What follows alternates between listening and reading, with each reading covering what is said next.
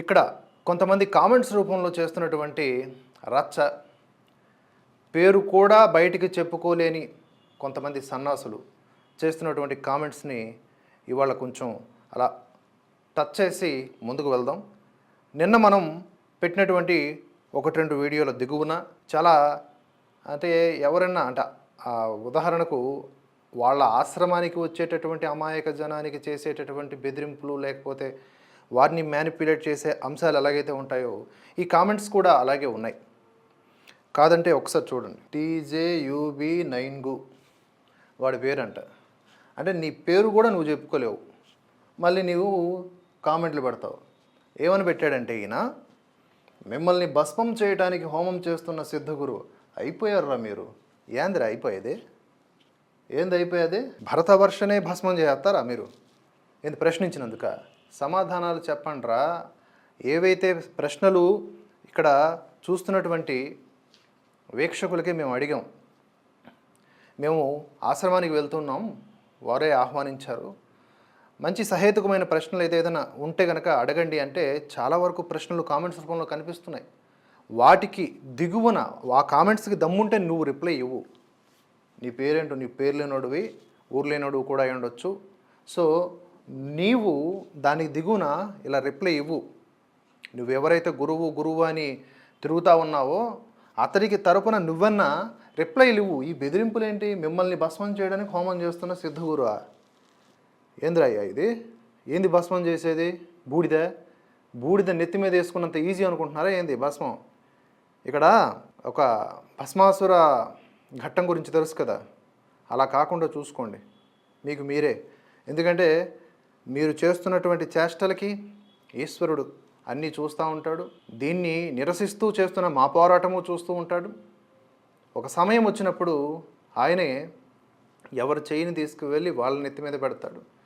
ఎవడైతే భస్మం అయిపోతాడో అప్పుడు అది కరెక్ట్, సరైన హోమం. అర్థమైందా? మీరు వచ్చినటువంటి అమాయకుల మీద, అమాయకుల తలల మీద చేతులు పెట్టి ఏదో వాళ్ళని మతిభ్రమించేలా చేసేటటువంటి మీ చేష్టలకి వాళ్ళు తలొగ్గుతారేమో కానీ అమాయక జనం మేం కాదు. మేము ప్రశ్నిస్తూనే ఉంటాం. ఇంకోటి ఏంటంటే, నిన్న నేను కమ్యూనిటీలో ఒక పోస్ట్ పెట్టా. ఎవరికైతే దురాశ, భీతి ఉంటాయో వారే ఇటువంటి దొంగ గురువుల్ని నమ్ముతారు అని. దురాశను వీడాలి అంటే విపరీతమైనటువంటి లౌకికపరమైనటువంటి వ్యాకులతను తగ్గించుకోవాలి. అలా తగ్గించుకోవాలి అంటే భగవద్గీత ఆశ్రయించడం జరగాలి. భగవద్గీత మనకి ప్రామాణిక గ్రంథం. ఫస్ట్ దాన్ని ఆశ్రయించాలి. అది కుదరకపోతే సత్గురువులని నేను చెప్పేది స్వయం ప్రకటిత గురువుల్ని కాదు, సత్గురువుల్ని ఆశ్రయించాలి. నేడు సోషల్ మీడియా పుణ్యమా అని మనకి టెక్నాలజీ ఇచ్చినటువంటి చరవాణిలోనే గరికపాటి వంటి వారు, సామవేదం షణ్ముఖ శర్మ వంటి వారు, వద్దిపర్తి పద్మాకర్ రావు వంటి వారు, చాగంటి కోటేశ్వరరావు, వీరందరూ కూడా ఎన్నో అద్భుతమైనటువంటి విషయాల్ని చెప్పి ఉన్నారు. వాటిని కూడా మనం చూడగలిగితే చాలు. వారే నిజమైనటువంటి సనాతన ధర్మానికి సంబంధించిన ఉపన్యాసకులు, గురువులు. వారు కూడా ఎప్పుడు చెప్పుకోలే మేము గురువులం. వారికి ఉన్నటువంటి ప్రజ్ఞా పాఠవాలు చూస్తే వారు ఒక ఆశ్రమాన్ని పెడితే వీళ్ళందరూ తుత్తునీలైపోతారు. అంతటి శక్తివంతులు, సరస్వతి కటాక్షం ఉన్నటువంటి వారు. అటువంటి వారు ఏనాడూ చెప్పుకోలే మేము నిమిత్త మాత్రులం, మేము చేసే ప్రవచనం ఆ ఈశ్వరుడు మాకు కల్పిస్తున్నటువంటి, మేము కేవలం ఒక పనిముట్లు మాత్రమే, మేము జస్ట్ ఒక పోస్ట్ మ్యాన్ లాంటి వారి మాత్రమే, మాకు ఎటువంటి శక్తులు లేవు అని అంటారు వాళ్ళు. పదే ఆ విషయాన్ని గుర్తు చేస్తూ వారు ఏదైతే ఒక బాధ్యత, మన పురాణాలు కానీ, ఇతిహాసాలు కానీ, భగవద్గీత కానీ వాటిల్లో ఉన్నటువంటి విషయాన్ని చెప్పేటటువంటి బాధ్యతని మోస్తూ ఉన్నారు. ఎన్ని గంటల ఉపన్యాసాలు చేస్తూ ఉన్నారు. జాతిని జాగృతం చేయడానికే కదా. అవన్నీ పట్టించుకోవడం, అవన్నీ పెడచెవిన పెట్టడం అంటే, ఇప్పుడు చాగంటి వంటి వారు కూడా, అమ్మ మీరు మా ప్రవచనం వింటే, ఇదిగో 10 నిమిషాలు వింటే ఈ కోరిక నెరవేరుతుంది, అరగంట వింటే ఆ కోరిక నెరవేరుతుందని వారు చెప్తే అప్పుడు నమ్ముతారేమో. అందుకనే కొంచెం ఈ మూఢనమ్మకాలు అంటారా, లేకపోతే మీకున్నటువంటి దాన్ని ఏమంటారు, బలహీనత, దాన్ని కొంచెం పక్కన పెట్టాల్సిన అవసరం ఉంది. ఒకప్పుడు తల్లిదండ్రులు బిడ్డలకి దిశానిర్దేశం చేసేవారు, పాఠాలు నేర్పించేవారు. రివర్స్లో ఉంది ప్రజెంట్. ఇప్పుడు యంగ్ జనరేషనే తమ తల్లిదండ్రులకు చెప్పాల్సిన పరిస్థితి ఉంది. కాబట్టి ఇప్పుడు ఈయనకు పెట్టిన కామెంట్ ఒకసారి చూడండి. ఇంకా చాలా పెట్టాడు. ఈయన కూడా ఇంకొకతను మై పెర్సెప్షన్ అని ఇంకొక ఐడి నుంచి పెడుతున్నటువంటి కామెంట్స్ చూస్తూ ఉంటే ఐపీఆర్ రా మీరంతా. ఐపీఆర్ ఏంటిరా అయ్యేది? నేను అనేది ఐపీఆర్ రా అంటే మీరు అవ్వకుండా ఉంటారా? నాకు అర్థం కానిది అదే. చాలామంది మేమే దేవుళ్ళం అనుకునే వాళ్ళు పుసుక్కుని పోయారు. పోయిన తర్వాత అడ్రస్లు లేవు ఆశ్రమాలు. ఈరోజు మీకు గడుస్తుండొచ్చు గాక, మీరు నిజంగా సన్మార్గంలో నడిస్తే అమ్మవారి కటాక్షం ఆటోమేటిక్గా ఉంటుంది. కానీ మీరే దేవుడు, మీరే అన్నిటికంటే గొప్పది నేను అంటే ఎంత దారుణంగా ఉందంటే, నిన్న ఇదే గురువు చేసినటువంటి వీడియో మీరు చూస్తుంటే మీకు గుర్తే ఉండాలి. ఏంటంటే ఈ దిండు మీద, అంటే గురువులు పడుకున్న దిండ్లు చాలా పవర్ఫుల్.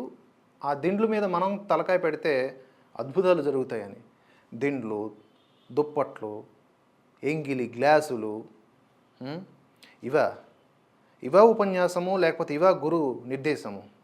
ఏవో ఉన్నాయి, ఏదో జరిగిపోతుంది అని భ్రమ కల్పించటం, రకరకాల రంగుల బట్టలు వేసుకోవటం, ఏవో అలంకరణలు ధరించటం, విచిత్రమైన బొట్లు, వీటి భ్రమలో మిమ్మల్ని పెట్టేసి మిమ్మల్ని పిండేస్తూ ఉన్నారు.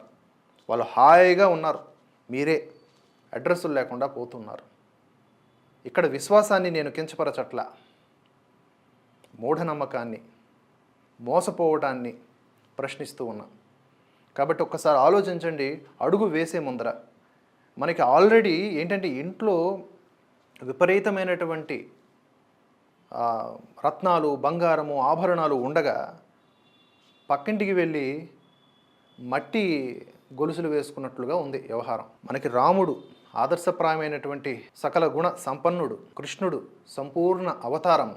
దశావతారాల గురించి తెలుసుకున్నా చాలు, అమ్మవారి శక్తి గురించి తెలుసుకున్నా చాలు, వీటన్నింటికీ మించి ఒక్క గాయత్రి మంత్రం పఠిస్తే చాలు.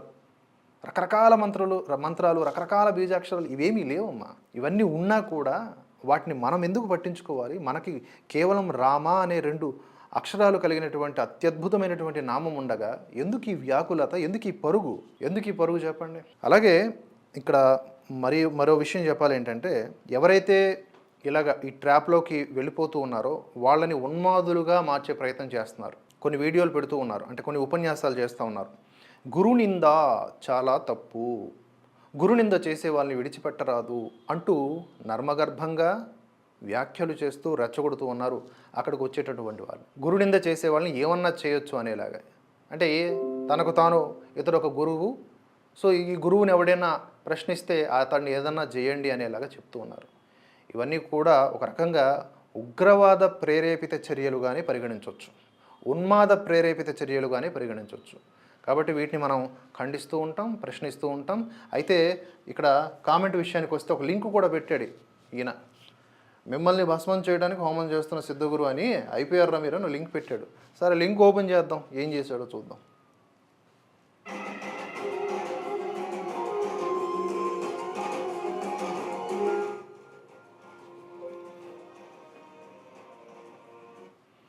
ఒకవేళ ఇది మన కోసమే ఏర్పాటు చేసే కార్యక్రమం అయి ఉంటే మినిమం అక్కడ ఒక 5 లక్షలు 10 లక్షలు ఖర్చు అయి ఉంటుంది. ఎందుకురా పెద్ద రంధ్రం కాకపోతే?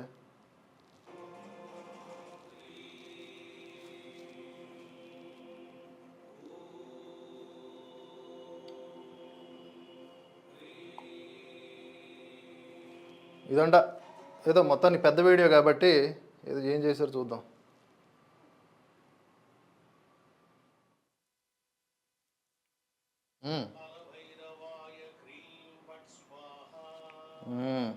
Very good. మన కోసం యజ్ఞయాగాదులు చేస్తున్నారయ్యా, ఇంకేం కావాలి? భరతవర్ష దివ్యంగా వెలుగుతుంది.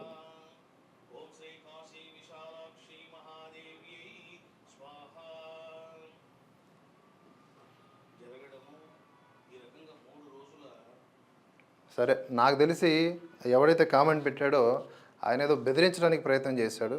ఈయన రమణానంద ఆయన రెగ్యులర్ కార్యక్రమాల్లో భాగంగా చేస్తున్నటువంటి ఒక ప్రోగ్రాం అనుకుంటున్నా. ఇది మన కోసం ఏదో చేసింది అని మనం కూడా చెప్పుకోవాల్సిన అవసరం లేదు. కాకపోతే ఇలా భయపెడుతూ ఉన్నారు.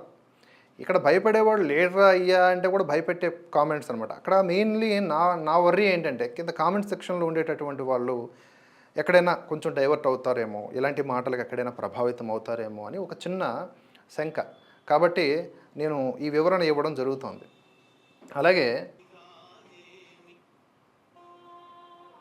ఇప్పుడు ఈ విధంగా చేయటాన్ని మనం భక్తి అనుకోకపోతే మనల్ని ప్రశ్నిస్తూ ఉన్నారు. అమ్మోరు సినిమాలో చిన్నప్పుడే చూశాను ఇలాంటివన్నీ కూడా. సో తెలుసుకోవాల్సింది అక్కడ ఉన్నటువంటి వాళ్ళే. అలాంటి వికృతమైనటువంటి వ్యవహారాలు వాటిల్లోనే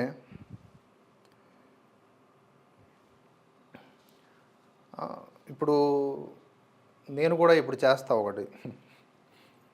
అంటే మళ్ళీ నేను ట్రోల్ చేస్తున్నాను అనుకుంటారు కానీ ఇప్పుడు నేను ఒకటి చేస్తా, హవనం చేస్తా. నేను ఒకటి చేశానంటే అక్కడ నాకు తెలిసి ఎగిరిపోతాయి అన్నీ. చేయమంటారా? కానీ నేను వాడను, నా శక్తులు వాడను, దాచుకుంటున్నాను. నేను 12వ అవతారం అని ఆల్రెడీ చెప్పాను కదా. నాకు కొన్ని ఉన్నాయి, లక్ష్యాలు ఉన్నాయి, వాటికి వాడతా. చిన్న చిన్న వాటికి వాడను. వెనక్కి వెళ్ళిపోండి మంత్రాలు, వెనక్కి వెళ్ళిపోండి బీజాక్షరాలు, పక్కకి వెళ్ళిపోండి. ఇప్పుడు నేను సామాన్యుడిని కాబట్టి దయచేసి నాతో పెట్టుకోకండి. మీరు భస్మం చేస్తారేమో, అసలు మీకు కనిపించకుండా అంటే లైక్ జస్ట్ అలా అంతర్ధానం చేయించేస్తాను. ఇలా అనానంటే అయిపోద్ది మీ పని, జాగ్రత్త. సో అది సంగతి. సనాతన ధర్మంలో ఈ చెదపురుగుల గురించి చెప్పుకుంటే సమయం సరిపోదు. ఇవాళకి నేను కొన్ని అదే చెప్పాను కదా, ఆశ్రమానికి వెళ్ళబోతున్నాం కాబట్టి ఇంతకు మించి ఎక్కువగా మాట్లాడడం నాకు ఇష్టం లేదు. బట్ కామెంట్స్ చేయటం వల్ల మీరు కామెంట్స్ ఆపకపోతే నేను కంటిన్యూ చేస్తాను. కామెంట్స్ చేయటము లేకపోతే ఇంకేదో చేస్తాము, కేసులు పెడతాం, ఇట్లాంటి బెదిరింపులు చేస్తే మేము ఇంకా చేస్తాం. ఆల్రెడీ హిందూ సంఘాలను సంప్రదించడం జరిగింది. అన్ని విషయాలు మేము ఏమేమి చేస్తున్నామో మీకు భవిష్యత్తు ప్రణాళికలో చెప్తాం. ఒకటి, ఆశ్రమానికి వచ్చి మాకేవైతే ధర్మ సందేహాలు ఉన్నాయో, మాకేవైతే ప్రశ్నలు ఉన్నాయో వాటికి సమాధానం కనుక మీరు ఇవ్వగలిగితే మేము సాధారణంగా స్వాగతం చెబుతూ ఉంటాం వాటికి. అలాగే అట్ ది సేమ్ టైం మేము పెట్టిన వీడియోలు కూడా రిలేట్ చేస్తాం ఇప్పుడు ఒకవేళ మాకు సంతృప్తికరమైనటువంటి సమాధానాలు దొరికితే. అలాగే బాధితుల యొక్క సంఖ్య కూడా, చేస్తున్న వారి ఫోన్ల సంఖ్య చాలామంది. లైక్ నేను ఏదో అబద్ధం చెప్తున్నాను అనుకుంటారేమో, మళ్ళీ ఇది ఒక సమస్య. నాకేం వస్తుంది అబద్ధం చెప్తే? డియర్ ప్రసాద్ గారు, I believe that idiot called is from Rayalaseema, he slangs explains me that he is paid artist అని. అట్లా మాకు కొంతమంది కాల్స్ చేసి చూడండి, ఎంతోమంది మై క్వశ్చన్, ఈ స్వామికి డబ్బులతో పని లేదు అని చెప్పారు. మరి ఒక్కో పూజకి ఒక్కో రేటు ఎందుకు? పోనీ ఒక నార్మల్ ప్రైస్తో అన్ని పూజలు చేయవచ్చు కదా. నిర్వికార స్వరూపం భోళాశంకరుడు మన శివయ్య. ఆ శివయ్యను భక్తితో నీళ్లు చిన్న శివలింగంపై పోస్తే ఎంత ఆనందం శివయ్యకి. మరి ఈ గ్రద్ద గురువు జింకుతో గోల్డ్తో ఇష్టం వచ్చినట్లుగా పూజలు అవసరము. ఇది ఏ పురాణంలో ఉన్నాయి? ఈ స్వామికి ధనంతో పని లేదు అన్నారు కదా. మరి శక్తిపాతం పేరుతో గురు అనుగ్రహం ఇవ్వాలి, కానీ ధనం అనేది ఎందుకు ఇన్వాల్వ్ చేయటం అనేది చాలా సామాన్యమైనటువంటి ప్రశ్నలు. ఇవన్నీ మేము అడిగేవి కావు, మాకు వందల కొలది వచ్చేటటువంటి ప్రశ్నలు. అంటే లైక్ వాట్సాప్ మెసేజ్లు కావచ్చు, ఈమెయిల్స్ కావచ్చు, కాల్స్ కావచ్చు. ఇవన్నీ కూడా మేము చక్కగా ఒక్కొక్క చోట వాటిని దాస్తూ ఉన్నాం, అవసరమైనప్పుడు వాడతాం.